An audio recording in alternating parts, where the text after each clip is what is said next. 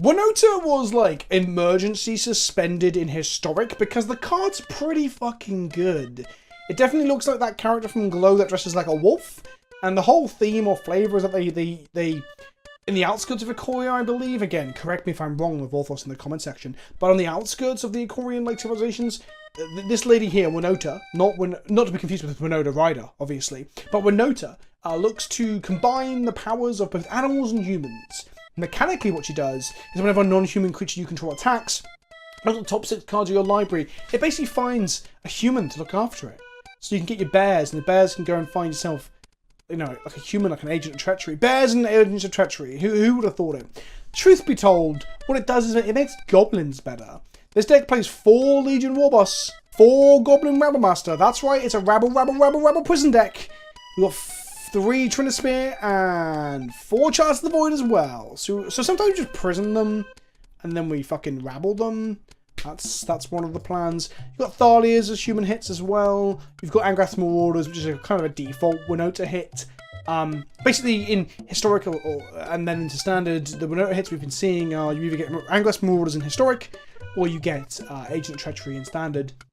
Well, not anymore, because, well, bannings and shit. But my point is, if we go back to Legacy, go as far back as the beginning of Magic, back to the beginning of time itself, when you dip into the primordial soup of Richard Garfield's sweaty fever dreams, all you find is Angrath's Marauders. It's literally the best big human going. Also, if you hit multiple of them, you get to double, triple, or quadruple your damage. Well, I guess double, triple, and then you double the triples, that's 6 times, and you double the 6. You can live the dream and get 4 Marauders and play as 12 times damage, I think. I'm not a mathematician, I'm a dog scientist. So this deck is like a riff on the Mono Red Prison deck. It's not my invention.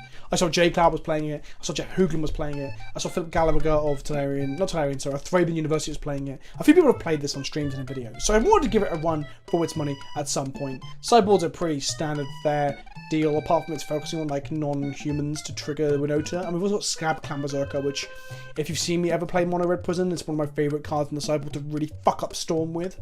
In the main deck, what else do we need to talk about? Okay, so we've got mana sources. If you've never seen Prison before, I've got loads of videos playing the Prison decks in Legacy. I love the Prison decks in Legacy.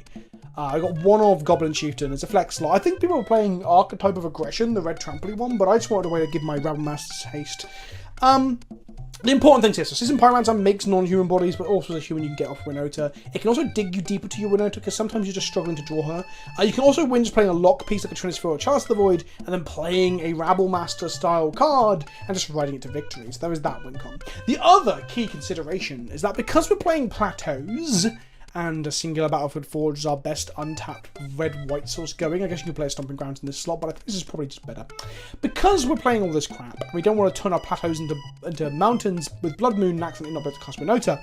We can't really play Blood Moon unless you want to make our mana even fucking worse. So instead, we play Blood Sun. Whenever a Blood Sun enters the battlefield, draw a card. All lands lose all abilities except for mana abilities. Turns off fetch lands, makes them just literally just dead draws. Turns off Wasteland, Richard and Port. And multiple utility lands in the Loam and Lands decks like Maze of Ith, Dark Depths, Thespian States, Caracas, and similar. Yeah, it's not great, but it's not terrible. Is the deck good?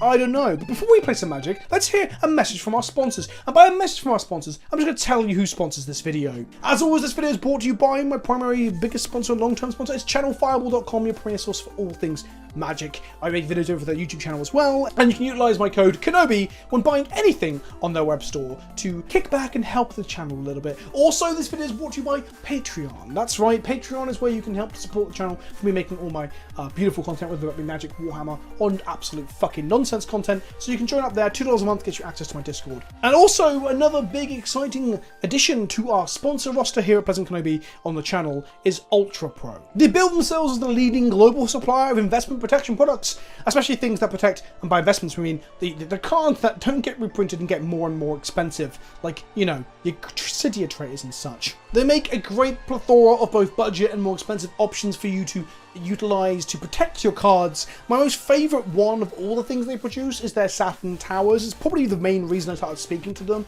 in terms of being someone I want to work with. Saturn Towers are the best way to store your commander decks. I fucking love mine. They are beautiful. So, thank you to Ultra Pro for helping team up and sponsor the channel and keep the content flowing. With that out of the way, let's smash some people to death with Winota and goblins and apes and pirates. Is this goblin and ape pirate combo? Okay, we have a hand with no lock piece, but we have a turn 1 Thalia, turn 2 Warboss, and one more land for a Winota. I think I'm going to give it a shot. I guess a Thalia is technically a lock piece. It's more of a prison piece, if any. Our opponent leads with Snow-Covered Island.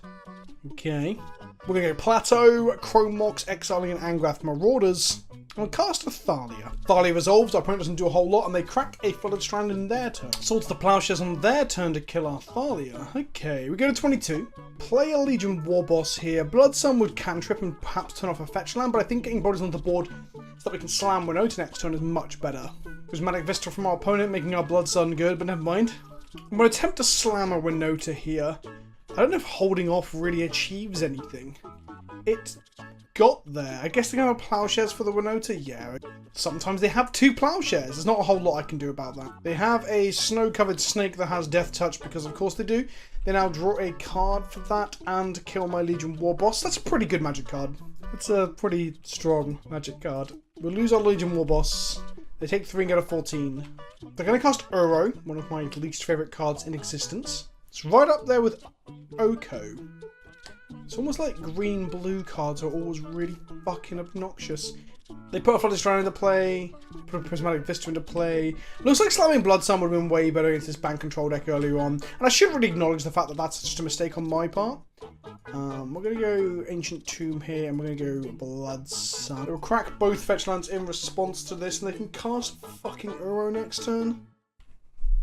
Simian Spirit Guide from that Blood Sun, and then we're going to cast another Blood Sun and Angrath's Marauders, which are 1, 2, 3, 4, 5, 6, 1 mana off casting actually, so that's not the worst. They have another Snow Snake anyway. They're going to block our 2/2, I assume, just to clear the board. They take 1 and get a 14. Astrolabe from our opponent. They cast an Uro. I could narrate what this does, but I think we all fucking know by now. We drew an Ancient Tomb, so we can cast an Angrath's Marauders. So we have double damage, but they have a 6/6, so I don't really fucking know. Is it? Are we being brickwalled that badly by Uro? It seems kind of dumb. When I cast Angrath's Marauders, I guess trades with the Uro. No attacks. They attack with Uro. They're going to gain 3 life, draw a card, put a land into play, get a hand job, shit in a bucket, make me sniff it. No blocks. Got a 14 here. I guess our out here is to like play a Winota and swing and like hit double Marauder and just like dome them out of nowhere for tons of damage. Sylvan Library from our opponent. We drew Cavern of Souls, which honestly isn't great as it doesn't do anything with Blood Sun in play. Like you don't even get the ETB trigger. We're going to cast our Simian Spirit Guide. If we attack here, they've probably got a snake because they've only had 2 snakes so far and they always have the fucking 3rd. But if they have the snake, we lose. If we don't have the snake, they take a bunch. So I'm going to try and hope they don't have the snake. They have the snake. They have the 3rd snake. Okay, we're done here. This is over. So this hand's pretty fucking bad. We can get someone chance the void on 1 and then pray we draw... No, Vince. Mulligan. Okay, this hand's equally as shit. We can go turn 1 Blood Sun though and maybe hope draw. You know what? Fuck it. Will Blood Sun lock them out of what they're doing? Do we do turn 1 Trinisphere first? No. Blood Sun draws us a card. Trinisphere literally locks us out of the game. So, Chroma. Let's ditch Winota. God, this is fucking awful. What am I doing with my life? Just over here, playing decks. Don't seem to work. Everyone else is talking about getting huge amount of damage, and I'm like, oh, I guess I'll cast a Blood Sun and then die. Oh, mana. God, what if we draw a Winota next turn? I guess it would do fuck all because we have no non-humans in hand. But, you know, things. On the upside, Blood Sun does combo, basically like Splinter Twin, with our City of Traders to mean that we don't have to sack it and play another land afterwards. Let's go City of Traders, let's go Trinisphere. Does this resolve? Of course it doesn't. Not only do they always have 3 snakes, they always have 3 snakes and a Force of Will. So like a viral porn video, 3 snakes and a force of will. Just wonder which orifice the force of will is being stuffed into. Astrolabe, sure. I grow so very fucking tired of this shit. Island, okay. We drew a seasoned pyromancer. We're gonna play a rebel master first. Go to combat, make a 1/1. Attack. Take them to 17. Then they're probably just gonna play a land. Doesn't have to be a green source. I was about to say green source, but it doesn't have to be a green source and play an Uro because just Astrolabe. Or they're gonna just play a 2-drop in Sylvan Library. No land drop from them. Sweet. Sweet.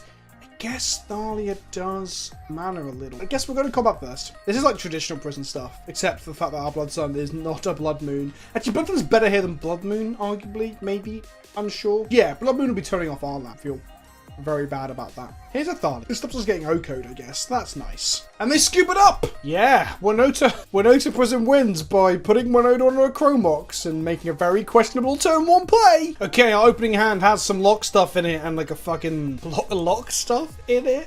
Lock stuff sounds suspiciously close to sex stuff. Is that just me being a pervert? Or maybe being very immature? Or perhaps both? Someone commented on a video a couple weeks ago saying that I should stop making sex jokes. It distracts from when I actually say smart things.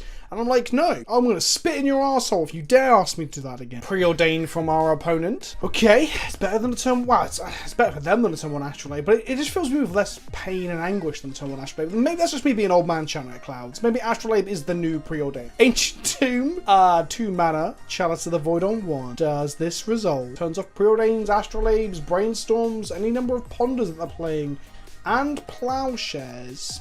So they can have a snake here. So swing and don't do a whole lot. I guess Trinisphere? Let's go Chromot. I don't think they're a Daze deck, but this allows us to play around Daze anyway. Ditch them all. Platter. Play a Blood Sun. I meant to play Trinisphere. I just thought, oh, I want to draw... This is my thought process. Like, play Trinisphere. This is my first thought. I played out my lands and my mana. Then I thought, ooh, this does draw us a card. Then I just clicked it. I was lured in by this line. Fuck, I'm bad. This also means that if they don't have fetch lands in hand, this doesn't do anything here. And I didn't get to play my Cavern first as well. Fucking Christ on a bike, that was bad. Maybe they'll Force of Will this, because their hand is full of fetch lands, and then our Cavern of Souls will make our Goblin Rebel Master uncounterable. No! That's not what happened. We now do a second Cavern of Souls to make the whole fucking brain fart even worse. Blood Sun's turn off their Flooded Strand, so actually maybe this'll work out. Who knows? Okay, we get to play City of Traitors, and we get Trinisphere, which will stop them from forcing or dazing our Rebel Master. Oh, coming up, Kenobi. So no, they forced the Trinisphere. Oh, then we're going to go ahead and make a Rebel Master. We'll resolve. And I'll make a 1. 1 more will get in. And we're on 13, they're on now. They're on 16. So, you know, that's something. We got them. They played another Flooded Strand, doesn't do anything. Oh, yes. I do love me a little bit of prison. And by that I mean prison strategies, not literal prison. Okay. Do they have another Force of Will? Probably not. I wish I could name human with this, but we cannot. Red, white. No. Go back. White, red, and some mana. Let's play a Winota. Please let this resolve, for the love of God. Okay, you don't get to see it happen, but I guess you love to see this. You love to see this, but I'd love to see more of this before this. I can't believe I'm complaining about winning. Our opponent has mulliganed to 6, and we've kept a hand with no lock pieces. What could possibly go wrong? Cavern of Souls and Goblin from our opponent. It's going to be a lackey. Yes. Our opponent's playing goblins. Sick. We drew Angrath Marauders. We're going to ditch this to this Pyromancer here to make some bodies. We drew another Seasoned Pyromancer. We simply cannot let the lackey connect. So we're going to throw Seasoned Pyromancer in front of it. The Elemental's more valuable for the Winota trigger next turn. Eighth Evolve from our opponent, probably freshly drawn. I think they would have led with that. No attacks, obviously. They don't want to lose our lackey to our 2-2. We drew a Chalice of the Void. We're going to cast a Winota. No Tar Fire from our opponent, which is good. We're going to attack with Seasoned Pyromancer and the Elemental. The Elemental digs deep and finds us an Angrath's Marauders. Into play and attacking. This is 14 damage on the board right now. Nope, I lied. No, it is 14. Math is hard. 2 + 1 + 4 is 7. Doubled is 14. They go to 5. Rashad Port to tap down our City of Traitors next turn. Okay. Munitions Expert, which will do 2 damage to something. I assume the Elemental. So we're not going to get any Winota triggers next turn unless we top deck a Rebel Master or a War Boss to make a Hasty Goblin. Not that that matters too much, because both Winota and Angrath's Marauders are lethal, so they have to block both of them. We drew another Winota, which is not really what we wanted to draw. I cast a Pyromancer because I kind of just want to try and find like a Rabble plus some mana sources here. Got 1 mana on our pool, Plateau. We draw like Simian plus Rabble Master, we get to play a Rabble Master. I'm just basically going probably too hard here. I didn't need to do this. We found a Chieftain, which isn't quite where we want to be. Now, they could have another 1-drop in their Eighth of Violence, the Pyromancer. So they might not take any damage here if they have a 1-drop. Otherwise, they're taking 4 if they block the lethal threats. They're now on 1. If they are playing any form of fetch lands, well, we know they're playing Bloodstained Mire because they've cast one already. As they cast, they've used one already. Then they can't crack fetches now. They're going to untap another Vial on 3. 3 lands in play, 4 cards in hand. What you got for me, friend? We got him! Well, this hand looks like a pile of shit. I think you're lucky we get fucked. I've kept it anyway. I'm no coward. We drew a Trinisphere, which isn't great here. We play a mountain and pass the turn. Our opponent looked into 6 and had no turn 1 plays. So that's nice. We both mulled to 6, essentially. Looks like we're going to get ported for a little while now, which is something I know all too well about. Use their Richard and Port to tap our mountain, and we draw Marauders, which is probably one of our worst draws. We're going to leave a basic land here to protect against Wasteland. Next turn, we want to draw a Soul Land. That's if we played Plateau, we could go Soul Land into like Rabble. But I guess we can play Trinisphere next turn, for example. If we draw a Soul Land. 8th of all from our opponent. They port our mountain, which is fair enough. We draw a War Boss. Okay, so next turn we're looking to draw a Soul Land, any one of our 4 Simian Spirit Guides, any one of our 4 Chrome Boxes. That's 8 Soul Lands and 8 other mana sources, or even just another land in all fairness, and there's 16 more of those in the deck. Any of those options, the 20 different top decks enable us to play threats, play Bloodstones, play Trinispheres. Oh, I think I probably should have sideboarded the Trinispheres out, honestly. They tap our Plateau, and we draw a City of Traitors. Sweet. We cast a Blood Sun, which will turn off the Richard and Port's ability to tap our lands, and also draws a card. This means we'll actually get to deploy some threats next turn. If we draw another land, potentially 2 threats. Well, Chrome Mox is kind of like a land. 5 lands, 4 cards in hand, Vial on 2. Goblin Matron from our opponent. Earwig Squad from our opponent. For those who don't know, Earwig Squad has a prowl cost of 3, so after they've attacked with a rogue or a goblin, in this case Goblin Matron is a goblin, they can cast it with 3 mana. And when it enters the battlefield, if its prowl cost was paid, search our opponent's library for 3 cards and exile them. So they get to take out some of our combo pieces, our Winotas or our Angrath's Marauders. They're trying to port us, but they cannot because of Blood Sun. We're going to play a Chrome Mox. I'm going to exile a War Boss simply because we're 1 mana off actually casting an Angrath's Marauders, so losing it seems bad. I'm going to play a Goblin Rabble Master, and I kind of want to draw a Winota, so I guess I'm going to cast the Pyromancer, and I'm going to ditch the Trinisphere and the War Boss to make 2 elementals and dig too deep to try and find a Winota to have in hand for after this prowl costed Earwig Squad. We drew a Plateau, we drew a Fiery Confluence as well, which will allow us to actually, like, well, with the Marauders in play, allows us to shoot our opponent for 12. We get in for 1. Pyrokinesis from our opponent, exiling a Munitions Expert to kill our Pyromancer and our Rabble Master. Yeah, that seems legit. I mean, they're probably going to wish really hard that they kept that for the Angrath's Marauders next turn, but you know, how could they possibly know? Earwig Squad's a 5/3? Jeez, that's some pretty good stats for 3 mana. They're just going to cast it not for Prowler cost, which is interesting. They got a Vial on 3, and an unusable Bloodstained Mire. Guess they value the Matron. Angrath's Marauders number 1. If we get 2 Marauders into play, Fiery Confidence does 24 damage? Yeah, that's a lot. Do I attack here? They can block 1 and kill it with Earwig Squad, but they'll take 4 if they don't block the others. Nah. I'm going to hold back some blockers. I don't know what's coming out of this Vial and it's scaring me. Another Matron, for example, would be bad. No attacks from our opponent. I don't know if even trying to get 2 Marauders into play to then Fiery Confidence them for the kill. It's the correct line, but it's most certainly the thing I'm going to be doing. Mog Wash Marshal get Wash Marshal? Words are hard. Mog War Marshal makes them a lot of bodies. You got a Varl on 4, so maybe we'll see a Krenko or Slingang Lieutenant. I play Angrath's Marauders number 2. Like I said, wrathing the board prior to playing the second Marauder might actually be far better by just like confluencing for 2 damage to all creatures and 2 damage to their face. The 2 damage would be 4 from the first Marauder, and the 2 damage would kill their entire board and leave our Marauder around. But I kind of want to like quadruple the Fiery Confluence.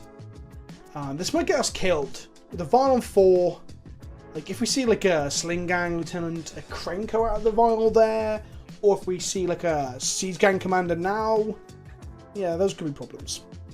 Vial's gone up to 5, so I think we're going to see a Siege Gang Commander. Pay the Echo on the War Marshal. That leaves another 2 mana to ping if they had a Siege Gang inside their Pokeball. Goblin Pile Driver. Okay.